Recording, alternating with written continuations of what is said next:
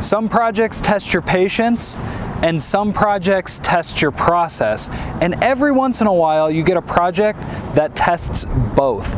Today, I want to talk to you about a story that inspired this series. It's about a developer who has been put through the ringer. He's looked at multiple sites and he's just not giving up.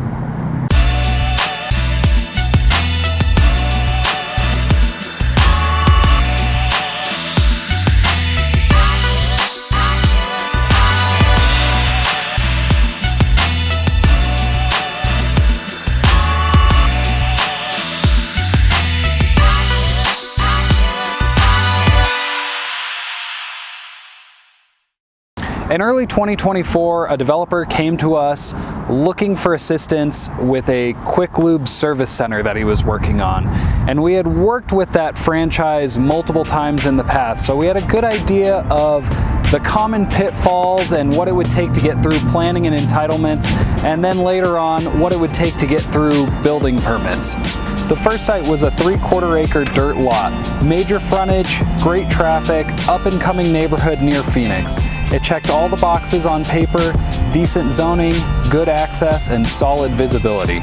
We ran a few revisions on the conceptual site plan and landed on a layout, and then submitted for pre-app with the city. That's when the problem started showing up.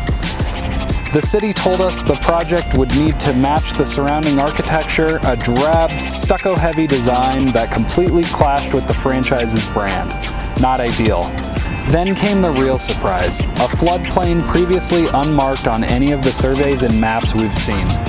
That meant higher insurance costs, possible grading issues, and more red tape. The developer took that information to the seller to try and negotiate, but no dice. The seller wouldn't budge on price, so the client walked. They didn't want to settle, and we didn't want them to either. A few months later, a new site popped up, a pad site in a suburban center just outside of Phoenix. It looked perfect, so we put together a new conceptual site plan and started the process all over again. It felt like we might finally be back in business, but right before we scheduled the pre-app, a city planner reached out. The pad had been written to allow the potential for auto uses, but the seller had never included minor auto repair in the filing. And in this jurisdiction, that meant a full rezoning process just to operate a quick lube. The kicker, the seller was unwilling to go through the process, so the developer would need to buy the land and then hope everything worked out. The deal was off the table again, and we were back to the drawing board. In spring of 2025, we were back at it. A new site not too far from the one we were looking at a year prior. This one was a ½ acre in an existing retail center with great frontage, strong visibility, and a clean layout. We put together a third conceptual site plan and worked closely with the city to confirm that a conditional use permit was the only major hurdle. The planner's feedback was encouraging, the developer made an offer, and now, finally, we're underway. Due diligence is tight and the pressure's on, but we're moving in the right direction and we're working our way through a significant conditional use permit process. This story is exactly why we created this series, because some sites work and some don't. The ones that look perfect on paper may not end up being the ones that work out. And sometimes the only way forward is through. But here's the key. Through each failed site, our client avoided sinking money into a location that wouldn't work. No engineering costs, no architectural fees, just the right amount of effort up front through a conceptual site plan to know when to move forward and when to walk.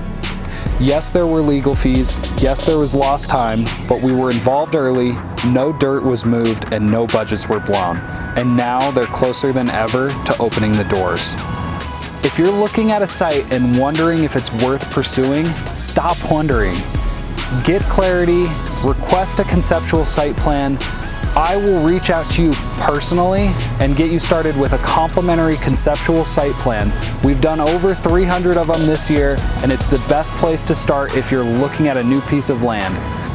I'm Kyle May, and this is Just One More Site, where we share lessons in development to make sure you're building smarter from day one. In early 2024, Shoot, this Cessna is gonna absolutely kill my audio here. Let's give it a sec. Oh, we've got a Learjet too. Nice. Here, you want to hear it all?